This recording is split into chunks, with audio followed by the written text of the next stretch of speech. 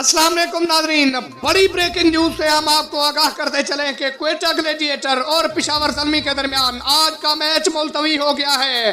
जी हाँ नाज़रीन, क्वेटा ग्लेडिएटर और पेशावर ज़ल्मी के मैच मुलतवी होने की वजह क्या बनी, मुकम्मल तफसील इस छोटी सी वीडियो में। लेकिन उससे पहले आपको सिर्फ 2 स्टेप फॉलो करने होंगे।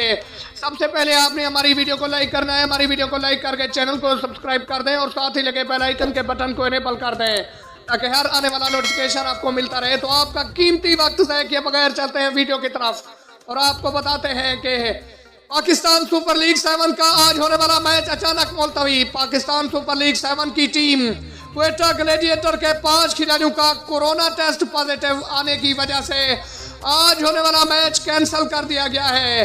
पाकिस्तान क्रिकेट बोर्ड का कहना है कि क्वेटा ग्लेडिएटर और पेशावर ज़ल्मी का आज होने वाला मैच नहीं होगा।